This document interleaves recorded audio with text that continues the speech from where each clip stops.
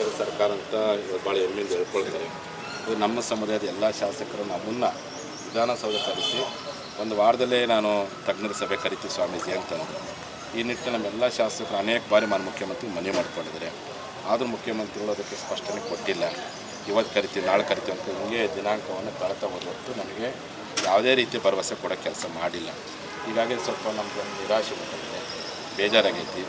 ಕಾರಣ ಹಿಂದಿನ ಸರ್ಕಾರದವರು ಇದೇ ರೀತಿಯೇ ಡಿಲೇ ಮಾಡಿ ಸಲುವಾಗಿಯೇ ನಮ್ಮ ಜನ ಅಸಂದರ್ಭಗೊಂಡು ಇವರಿಗೆ ಆಶೀರ್ವಾದ ಮಾಡಿದ್ದಾರೆ.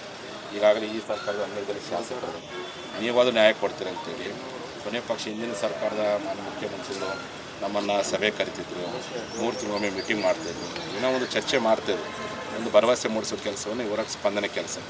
ಆದರೆ ಈ ಸರ್ಕಾರ ಬಂದ ಮೇಲೆ ಏನು ಮೊದಲನೇ ಸುತ್ತಿನ ಮಾತುಕತೆ ಸುವರ್ಣ ವಿಧಾನಸೌಧದಲ್ಲಿ ಆದಮೇಲೆ ಒಂದು ವಾರದಾಗ ಸಭೆ ಕರಿತೀವಿ, ಇನ್ನೂ ಸಭೆ ಕರಿತೀವಿ. ನಮ್ಮ ಶಾಸಕರು ಸಹ ವಿಧಾನಸೌಧದಲ್ಲಿ ಧ್ವನಿ ಎತ್ತಬೇಕು ಅಂತ ಪ್ರಯತ್ನ ಮಾಡಿದ್ರು. ಆದರೆ ವೆಂಕಟಪ್ಪ ನಾಯಕರು ಲಿಂಗೈಕ್ಯರಾದ ಕಾರಣಕ್ಕೆ ಸಮಯ ಕೂಡಿ ಬರಲಿಲ್ಲ. ಈಗಲೂ ಕಾಲ ಮುಂಚಿತ ಮುಖ್ಯಮಂತ್ರಿಗಳು ಎಲ್ಲರ ಕರೆ ಚರ್ಚೆ ಮಾಡಿ ಚಿಂತನೆ ಮಾಡೋ ಪ್ರಯತ್ನ ಮಾಡಿ ಈ ಸಮಾಜದ ಪರವಾಗಿ ಸರ್ಕಾರ ಯಾವ ನಿಲುವು ತೆಗೆದುಕೊಂಡಿದೆ, ಇದಕ್ಕೆ ಕಾನೂನು ಸ್ಪಷ್ಟತೆ ಏನದ ಬಗ್ಗೆ ಮುಕ್ತ ಮಾತಾಡಬೇಕಾದ್ರೆ ಇವತ್ತವರೆಗೂ ಮಾತಾಡಿಲ್ಲ. ಆ ಬೇಸರ ನಮ್ಮನ್ನು ಕಾಡ್ತಾ ಇದೆ. ಆ ಉದ್ದೇಶಕ್ಕೋಸ್ಕರ ನಾವು ಮತ್ತೆ ಹೋರಾಟ ನಿರಂತರ ಮಾಡಿದ್ವಿ.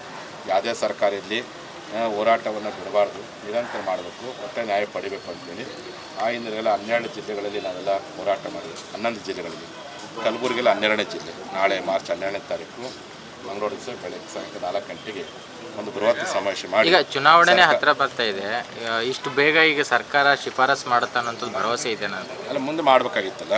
ಎಲೆಕ್ಷನ್ ಬಂದಾಗ ಇಷ್ಟು ಬೇಗ ಹೆಂಗೆ ಅಂತೀರಿ? ಮುಂಚೆ ಮಾಡ್ಬೇಕಾದಾಗ ನಾವು ಸಭೆ ಕರಿತೀವಿ ಅಂತೀರಿ. ಎರಡೂ ನೀವೇ ಮಾತಾಡ್ತಾರೆ ಸರ್ಕಾರದವರು. ಇಷ್ಟ ಮುಖ್ಯಮಂತ್ರಿ ಆದ ತಕ್ಷಣ ನಾವೆಲ್ಲ ಶಾಸಕರು ಹೋಗಿದ್ದೀವಿ. 1 ತಿಂಗಳಂದರು, ಆಮೇಲೆ ಸುಮ್ಮನಾದ್ರು. ಹೋರಾಟ ಶುರು ಮಾಡಿದ ಮೇಲೆ ಬೆಳಗಾವಿ ಸುವರ್ಣ ವಿಧಾನಸೌಧ ಬಂದಾಗ ಕರೆದ್ರು, 1 ವಾರ ಅಂತಂದರು. ಆಮೇಲೆ ಮಾತಾಡಲಿಲ್ಲ. ನಮ್ಮ ಶಾಸಕರು ನೀವು ಮನವಿ ಮಾಡ್ಕೊಂಡಿದ್ದಾರೆ. ಇಷ್ಟೆಲ್ಲ ಮಾಡಿಕೊಂಡ್ರು ನಿಮ್ಮ ಮೌನ ಇಲ್ಲೇ ಒಂದು ಕಡೆ ನಿಮಗೆ ಅಸಮಾಧಾನ ಉಂಟಾಗಿದೆ. ಆಗ ನಿಮಗೆ ಅವಕಾಶವಿದೆ, ಮಾನ್ಯ ಮುಖ್ಯಮಂತ್ರಿಗಳಿಗೆ ಅಸಾಧ್ಯವಾದದನ್ನು ಸಾಧಿಸುವಂಥ ಅವಕಾಶ ನಿಮಗಿದೆ. ನಾವು ಕೇಳ್ತಿರ್ತಕ್ಕಂಥದ್ದು ಯಾವುದೇ ಸೌಲಭ್ಯಗಳಲ್ಲ, ಇದು ಸಾಮಾಜಿಕ ನ್ಯಾಯ ಅಂತ. ಈ ನ್ಯಾಯದ ಬಗ್ಗೆ ತಾವೇ ಹೇಳಿದ್ರಿ. ನಾವು ಮೊದಲ ಬಾರಿಗೆ ಅಡ್ವೊಕೇಟ್ ಜನರಲ್ ಮತ್ತು ಕಾನೂನು ತಜ್ಞರ ಸಭೆ ಚರ್ಚೆ ಮಾಡ್ತೀನಿ ಅಂತ ಹೇಳಿದ್ರಿ. ಎಲ್ಲಿ ಚರ್ಚೆ ಮಾಡಿದ್ರಿ? ಚರ್ಚೆ ಮಾಡ್ತಾನೆ ಇಲ್ಲ. ನಮ್ಮ ಶಾಸಕರು ಸರಿ ಮನವಿ ಮಾಡಿಕೊಂಡ, ಸಚಿವರು ಮನವಿ ಮಾಡ್ಕೊಂಡಿದ್ದಾರೆ, ಇನ್ನೂ ಚರ್ಚೆ ಮಾಡಿಲ್ಲ. ಈ ಜನಾಂಗ ನಿಮಗೆ ಆಶೀರ್ವಾದ ಮಾಡಿದೆ. ನಮ್ಮ ಸಮಾಜ ಋಣನೂ ನಿಮ್ಮ ಸರ್ಕಾರ ಮೇಲೆ. ಯಾಕೆ 34 ಲಿಂಗಾಯತರಿಗಿದ್ದಾರೆ, 12 ಜನ ನಮ್ಮವರದಾರ. ಈ ಕಾರಣಕ್ಕೋಸ್ಕರವಾಗಿ ಈಗಲೂ ಕಾಲ ಮುಚ್ಚಿಲ್ಲ. ಒಂದು ಸೆಂಟ್ರಲ್ OBCಗೆ ಎಲ್ಲ ಲಿಂಗಾಯತನಾದರೂ ಒಂದು ಶಿಫಾರಸು ಮಾಡೋ ಪ್ರಯತ್ನ ಒಂದು ಸರ್ಕಾರ ಮಾಡಿದರೆ ಈ ಸಮಾಜಕ್ಕೊಂದು ಭರವಸೆ ಮೂಡಲಿಕ್ಕೆ ಸಾಧ್ಯವಿದೆ. ಮುಂದಿನ ಹೋರಾಟ 12ನೇ ತಾರೀಕಿಗೆ ನಾವೆಲ್ಲ ಕೂಡಿ ನಮ್ಮ ಸಮಾಜದ ಜನರ ಮುಖಂಡರು ಚರ್ಚೆ ಮಾಡ್ತೀವಿ. ಯಾರ್ಯಾರು ಬರ್ತಾರೆ ಇವತ್ತು? ನಮ್ಮ ಮೀಸಲಾತಿ ಹೋರಾಟದ ಮುಂಚೂಣಿ ನಾಯಕರಾಗಿರ್ತಕ್ಕಂಥ ಬಸವ ಪಾಟೀಲ್ ಯತ್ನಾಳ್ ಅವರು, ವಿನಯ್ ಕುಲಕರ್ಣಿ ಅವರು, ವಿಜಯ ಕಾಶಪ್ಪನವರು ಮತ್ತು ಸಚಿವೆ ಲಕ್ಷ್ಮೀ ಹೆಬ್ಬಾಳ್ಕರ್ ಅವರು, ನಮ್ಮ ಕುಂಬಳ ಶಾಸಕ ಕರಡಿ ಸಂಘ ಎಲ್ಲರಿಗೂ ಬರೋಕ್ಕೆ ಹೇಳ್ತೀವಿ. ಇಲ್ಲ ಅವತ್ತು ಯಾರು ಬಿಡು ಮಾಡಿಕೊಂಡು ಬರ್ತಾರೆ ಬನ್ನಿ. ಇದು ಹೋರಾಟ, ನಿರಂತರ ಹೋರಾಟ, 1 ದಿನ ಅಲ್ಲ, 1 ತಿಂಗಳು, ಕೊನೆ ಹೋರಾಟ. ನಾವು ಪಾರ್ಲಿಮೆಂಟ್ ಎಲೆಕ್ಷನ್ ಕೊಟ್ಟರೆ ಆ ಹೋರಾಟ ರೂಪರೇಷನ್ ಏನು ಮಾಡೋಕ್ಕೆ ಚರ್ಚೆ ಮಾಡ್ತೀವಿ. ಕೊಡೋದ್ರೆ ನಿರಂತರ ಹೋರಾಟ, ಸಿಗೋವರೆಗೆ ಹೋರಾಟ ಅಂತ ಪ್ರತಿಜ್ಞೆ ಮಾಡಿದ್ವಿ. ಆ ಹೋರಾಟ ಮುಂದುವರಿಸ್ತೀವಿ. ಬರೀ ಮುಂದೆ ಹಾಕುವಂತ ಕೆಲಸ ಮಾಡ್ತದೆ, ಅದರ ಬಗ್ಗೆ ಚರ್ಚೆ ಮಾಡೋದಾಗ್ಲಿ, ಏನು ಭರವಸೆ ಕೊಡೋದಾಗ್ಲಿ ಆಗ್ತಿಲ್ಲ. ನಮ್ಮ ಜನರಲ್ಲಿ ಅದೇ ನಿರಾಶೆ ಆಗಿದೆ. ಅದಕ್ಕೆ ನಾನು ಕೊನೆ ಪಕ್ಷ ಲಿಂಗಾಯತರನ್ನು ಗೊತ್ತಾಗಂತ ಕಾರಣ ಸುಡು ಬೀಸಲ್ಲಿ ರಸ್ತೆಯಲ್ಲಿ ಕೂತ್ಕೊಂಡು ಲಿಂಕ್ ಕುತ್ಕೊಂಡು ಹೋರಾಟ ಮಾಡಬೇಕು. ಅಂದರೆ ಅದು ಗೊತ್ತಾಗಲಿ ಸರ್ಕಾರಕ್ಕೆ ಅಂತ, ಅಂದರೆ ನಮ್ಮ ಕೋಗ ಮುಟ್ಲಿ ಅಂತ. ಇಂದಿನ ಸರ್ಕಾರದಲ್ಲಿ ನಾವು ಉಗ್ರ ಹೋರಾಟ ಮಾಡಿದ್ವಿ, ಪಾದಯಾತ್ರೆ 10 ಲಕ್ಷ ಜನ.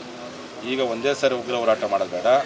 ಈ ಸರ್ಕಾರ ನಮ್ಮ ಕಡೆ ಗಮನ ಕೊಡಲಿ, ಲಿಂಗಾಯತ ಕಡೆ ಗಮನ ಕೊಡಲಿ ಕಾರಣಕ್ಕೆ ನಡುವು ರಸ್ತೆಯಲ್ಲಿ ರಾಷ್ಟ್ರೀಯ ಹೆದ್ದಾರಿಗಳು ಬಂದ್ ಮಾಡಿ ಲಿಂಕ್ ಪೂಜೆ ಮಾಡಿ ಹೋರಾಟ ಮಾಡೋದು.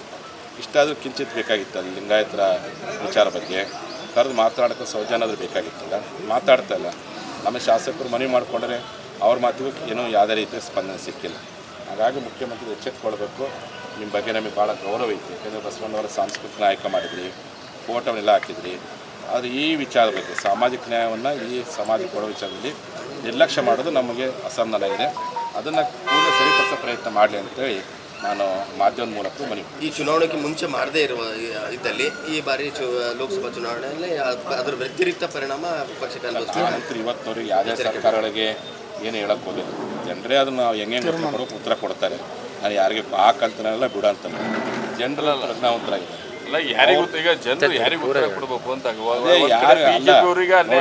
ನಾವು ಮುಂಚೆ ಮಲೆ ಮಹದೇಶ್ವರ ಬೆಟ್ಟದಲ್ಲಿ ಒಂದು ಪ್ರತಿಜ್ಞೆ ಮಾಡಿದ್ದೀವಿ. ಮೀಸಲಾತಿ ಸಹಕಾರ ಕೊಟ್ಟವರಿಗೆ ಸಹಕಾರ ಹೊಡೆದ್ರೆ ಅಸಹಕಾರ ಅಂತ. ಅದು ಹೆಂಗೆ ಮುಟ್ಟೋದು ಪಕ್ಷಾತೀತವಾಗಿ ಜಾತ್ಯತೀತ ಹೆಂಗೆ ಮುಟ್ಟುತ್ತೆ. ನಾನಂತ ಯಾವುದನ್ನು ತೀರ್ಮಾನ ಮಾಡ್ಕೊಂಡು ಜನರೇ ಬಿಟ್ಟಿರ್ತಕ್ಕಂಥ ವಿಚಾರ.